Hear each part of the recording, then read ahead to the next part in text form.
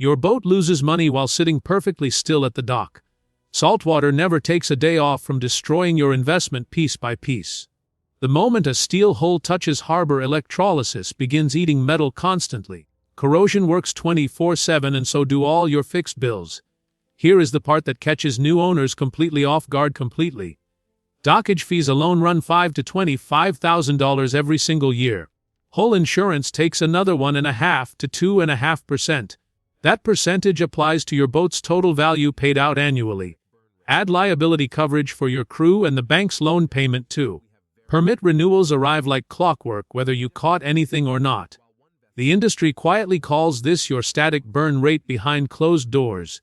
It is the money leaving your account regardless of how much fish you catch. Two identical boats can produce wildly different profits for the same season. One spends $4,000 monthly just existing while another spends $15,000.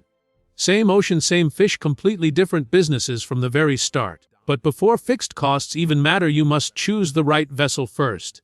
That single decision can decide whether your business survives the long haul. A small inshore lobster boat might run $150,000 to $450,000. An offshore trawler dragging nets along the seafloor costs millions more easily. A crab boat in the Bering Sea passes $2 million before adding pots. Now here is the trap that quietly destroys new owners before they begin. The wrong boat for your fishery creates a disadvantage that never goes away. Put a fuel-hungry offshore trawler into a small regulated low-catch fishery. Fuel and maintenance bills will eat the boat alive before it ever profits. And you cannot simply retrofit your way out of that expensive mistake ever. Converting a trawler means ripping out deck machinery and reinforcing the hull. That job alone can cost 30 to 50% of what the boat is worth. Choose wrong at the start, and you pay for it the vessel's entire life. Now let us talk about how people actually pay for these floating money pits. Almost nobody writes a check for the full amount of a commercial vessel. Marine loans work completely differently than car loans or home mortgages. Lenders typically want 15 to 35% down from surveyed value. Finance a $2.5 million boat with 25% down. That is $625,000 in cash before you even start. Finance the rest at 8% over 15 years and do the math. You are looking at a monthly payment close to $17,000 exactly. Every single month, rain or shine, fish or no fish, that payment is due. That fixed cost exists long before a single net ever hits the water. Here is the trap inside the trap that nobody talks about openly ever. The more debt you carry, the more pressure you feel to go fishing. You start pushing out in conditions you probably should avoid entirely. Staying tied up still costs you $17,000 that month anyway. High leverage does not just create financial risk, it creates safety risk. A captain under debt pressure will push into worsening weather every time. Once the loan is signed and the boat clears the harbor, a new expense arrives. Fuel usually eats 30 to 50% of a trip's total operating costs. The physics of pushing a heavy hull through water are brutally expensive. Going just 10% faster can burn 30 to 40% more fuel. A boat burning 12 gallons per hour can spike to 20 or more. Now imagine diesel prices simply double overnight like they have before. A trawler burning 500 gallons daily sees fuel bills double too. That jump from $2,200 to $400 per day. That is not a rounding error, it is the difference between profit and loss. And fuel does not just threaten the trip already underway at sea. It threatens the decision of whether to even leave the dock at all. Picture a captain staring at the fuel gauge and the weather report together. Diesel prices have climbed for 3 straight weeks without any relief. The forecast shows a narrow window of decent weather, maybe 4 days. Go now and the trip is expensive, but at least it is survivable. Wait for prices to settle and the weather window might close entirely. There is no perfect answer in this calculation, every captain runs it. They weigh the price of diesel against the price of lost time daily. Both of them are spending money whether the boat moves or not. Now here is the variable no amount of budgeting can ever fix. It has ended more fishing seasons than bad math ever has in history. Unlike a factory, a fishing boat cannot decide to operate on schedule. The ocean decides when you fish and when you stay tied to port. When a storm rolls through, boats are forced to sit and earn nothing. But fixed bills, the loan, insurance, and dockage keep arriving on time. A 5-day storm during a 2-week salmon opening destroys the season. That is over a third of the entire earning window gone permanently. Every fixed cost keeps ticking while you watch your revenue drop to zero. Assume the weather cooperates and the boat actually reaches the grounds. There is still no guarantee of finding anything worth catching out there. Searching without finding is one of the most expensive things a vessel does. You burn fuel and crew hours while generating absolutely zero revenue. That is why serious operators invest heavily in advanced electronics today. Long-range scanning sonar can run $35,000 to $150,000. Fish-finding sounders add another $8,000 to $30,000 easily. Add satellite positioning and net monitoring sensors to the equipment list. A well-equipped boat might carry $70,000 or $80,000 in electronics. It sounds expensive until you consider the alternative of running blind. A captain burning diesel while guessing where the fish might be located. And once you actually find fish, the species matters enormously. Not all fish are created equal financially speaking by any measure. Bluefin and yellowfin tuna can sell for $8 to $30 per pound. Wild salmon might bring $2.50 to $12 per pound depending. Cod and other ground fish typically sell for $1.50 to $4.50. King and snow crab can fetch $8 to $25 per pound. But sardines harvested by the ton might sell for 10 cents per pound. Those boats survive purely on massive volume with razor-thin margins. A boat rigged for high-value fish that lands low-value dogfish struggles. You burn the exact same fuel, ice, and crew hours for a fraction. Now paying the people on board works completely differently than other industries. Most commercial crews are not paid an hourly wage like normal jobs. They work under something called a lay system instead of standard pay. The crew effectively becomes a financial partner in every single trip. Trip expenses come off the gross revenue before anyone sees a penny. Whatever remains gets split between the owner and the crew fairly. Often that split lands somewhere close to 50-50 for each side. On a trip bringing in $100,000 with $25,000 in expenses, you are left with $75,000 to divide between both parties. Both the owner and the crew pool walk away with roughly $37,000 each.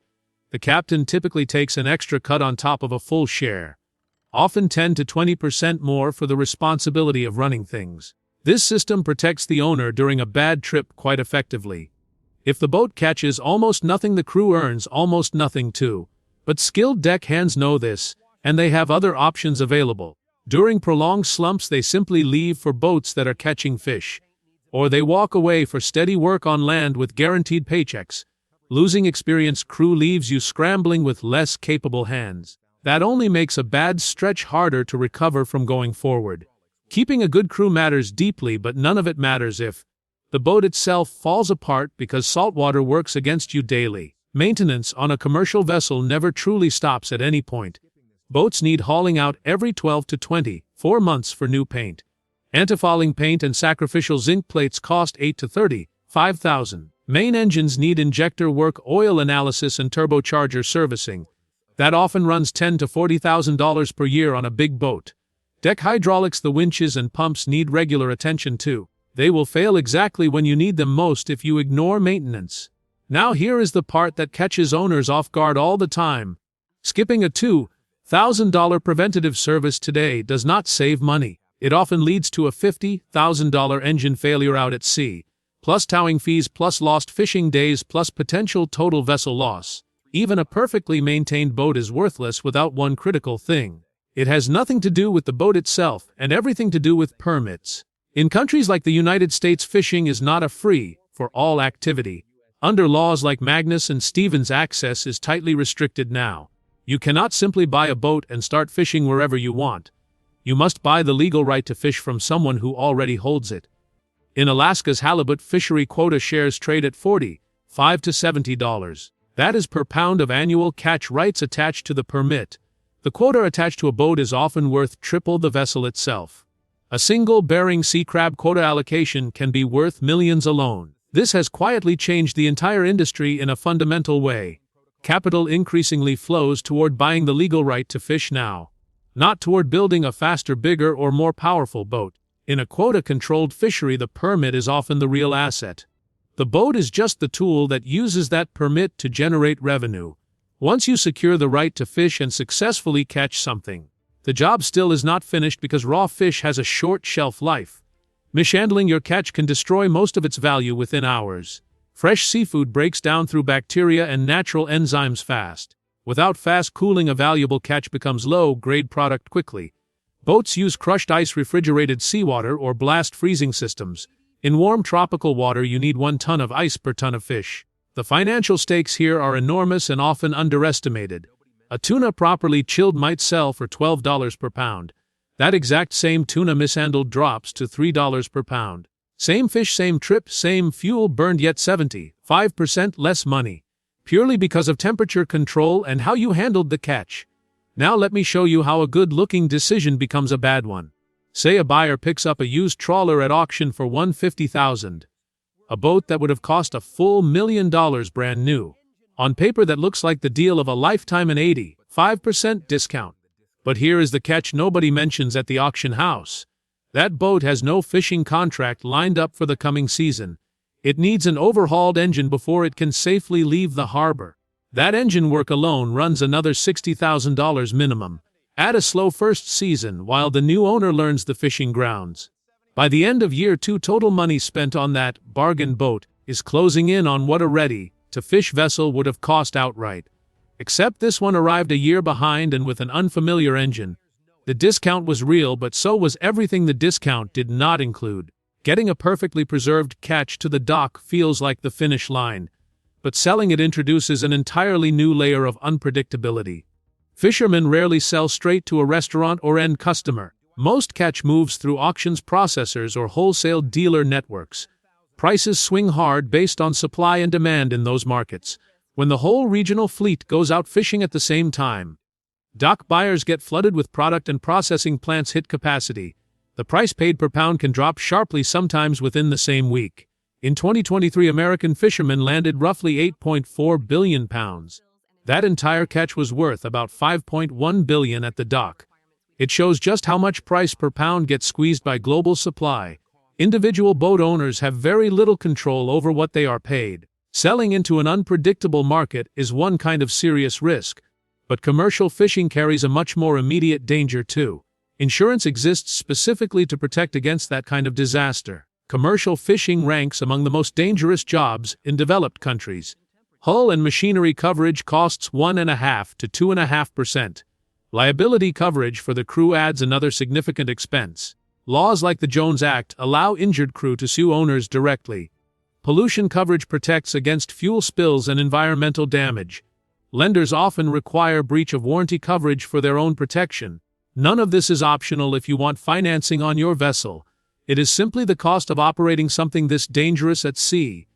And it adds yet another fixed bill that arrives regardless of season. Insurance protects against disaster, but consider what a disaster looks like. In 2018 and 2019, warm water spread across the Bering Sea off Alaska. Snow crab, which need cold water, started dying off in enormous numbers. A survey in 2018 estimated nearly 12 billion snow crabs living there. By 2021, that number had collapsed to under 2 billion total. That is a population drop of more than 90% in 3 years. The fishery had generated about $150 million annually for owners. It brought in over $200 million in just 1 year before the crash. Then in fall 2022, for the first time in history, officials canceled the season. Boats paid off, insured, permitted, and staffed sat completely idle. Owners still covered loan payments, insurance, and dockage on empty vessels. This is not a story about bad decisions or poor management. It is about a business built on wild resources losing revenue overnight, for reasons that have nothing to do with how well the boat was run. Which is exactly why timing of income matters just as much as size. Fishing income does not arrive evenly across 12 calendar months. It arrives in short, brutal bursts during specific seasonal openings. A crab and salmon boat might generate almost nothing from January to May, then bring in over $200,000 in a single peak month, then go quiet again for the fall and winter months completely. Across the year, 80 to 90% of income lands in 2 months. That peak season money has to cover everything for the entire year. The slow months, the haul out, the tax bill, the winter loan payments. Owners who treat a great month like spending money usually crash hard. They end up in cash crunches, forced into high-interest short-term loans. Given how much can go wrong, why do some businesses last for decades? The operators who survive tend to do one of 3 specific things. First, they diversify across species and seasons, holding multiple permits. Ground fish in winter, salmon in summer, and crab in the fall. No single closed season wipes out the entire year's income stream. Second, they grow into small fleets rather than single boat operations. That gives them buying power on fuel insurance and gear purchases. It lets them shift their best captains to whichever fishery is open. Third, some move into processing and cold storage themselves. They capture part of the profit that would otherwise go to middlemen. A single boat operator carries enormous risk tied to one species. A diversified operation spreads that same risk across several income streams. A bad year in one fishery does not sink the entire business completely. Now let us put actual numbers to a full season to see the real picture. This is where all these separate pieces finally come together. Picture a mid-sized crab and salmon boat purchased used for $850, financed with a $212,000 down payment up front. In a strong year, the boat lands a good salmon season worth $220. That is in a single peak month plus a solid crab season worth $140. Total annual gross revenue lands somewhere around $500,000. Subtract fuel and crew shares of roughly $180,000. Subtract loan payment, insurance, dockage, and permits at $130 combined. Subtract routine maintenance and haul-out costs around $40,000. That leaves a net profit somewhere around $150,000. Genuinely solid and a great year for any commercial fishing operation. Now here is the realistic version that happens more often than you think. A storm delays the opening of salmon season by a single week. That cuts that peak month's revenue by a third almost immediately. Diesel prices spike mid-season, adding another $20,000 in fuel costs. The crab quota gets trimmed because of a weak population survey. That cuts crab revenue almost in half for the entire season. Suddenly that same boat, same crew, same captain is looking at closer to $20,000 in net profit for the entire year, after covering every single fixed cost and operating expense. The difference between the good year and the bad year on that boat is roughly $130,000 in net profit. Same vessel, same debt, same insurance bill, completely different outcome. Decided almost entirely by weather, fuel prices, and fish populations. Nobody on that boat had any control over any of those factors. And that, more than anything else, is the real economics of ownership. The purchase price is just the entry fee to a much bigger game. The real business is managing fixed costs that never pause for a moment, against a stream of revenue that swings wildly based on outside forces. Weather biology and global commodity prices completely outside your control. The operators who survive for decades are not the ones catching most fish. They are the ones who kept enough cash to survive their worst season. They financed conservatively instead of aggressively chasing growth. They treated the ocean as a genuine business partner, not a paycheck. The fish provide the opportunity, but the spreadsheet decides who lasts. Two people can buy the exact same boat and fish the exact same waters. They can land the exact same catch and still end up with different outcomes. One planned for the bad year while the other only planned for good ones. That is the difference between 5 years of survival and quiet failure. If you found this breakdown useful, drop a like and hit subscribe. It genuinely helps this channel keep making videos exactly like this. Thanks for watching all the way through, and we will see you next time.